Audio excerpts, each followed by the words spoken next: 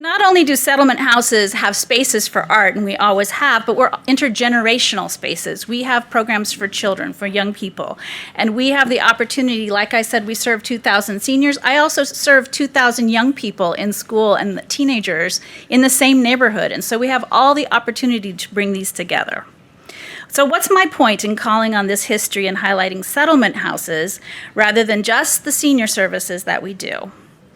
It certainly isn't to just smugly suggest that we have all the answers and have figured it out. We're always learning and we're changing all the time. And I know everyone understands that none of this is done easily. I would never say that either.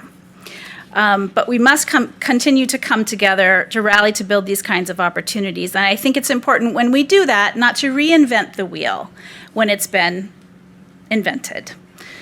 So we have a roadmap. We have institutions and spaces throughout this beautiful city. We're not starting from scratch. That is clear from this room. And the market research is done. This is a huge demand for this kind of work.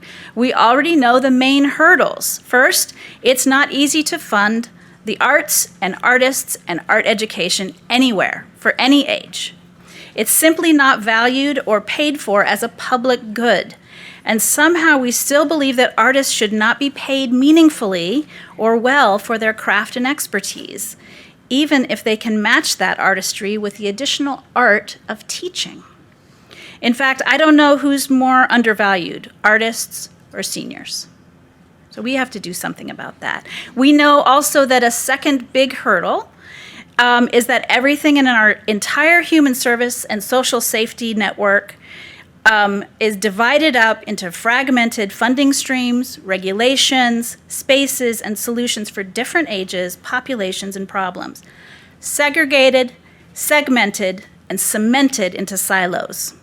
And when the money works that way, the work works that way. And so we have to continually work against that and create different streams and partnerships. So the main reason I bring up settlement houses is because we actively work to do that. We have some experience with it, bringing people together and braiding streams of funding together and programs together, which is not easy and takes resources. It doesn't just happen. So that when people walk into the house, they are simply welcomed as humans, no matter their age, no matter their background, as people, as our neighbors, like Lily, who was never the same after she walked in and she was seen and she was welcomed. And now she has given to the world such incredible beauty for 99 years.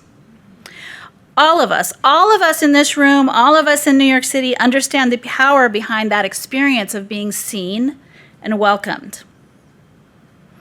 It's the seed for every other outcome and metric and measurement, every return on investment and transactional widget that we get paid for.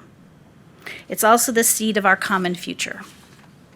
So I want to commend those who have made this easier for us in the last 10 years. I want to thank the DCLA and DFTA for working together and for being a model for other agencies to work together. Please, please, please encourage all the colleagues across New York City agencies to do that. I want to thank the City Council, and I see Margaret right there, for championing this work and your local senior centers.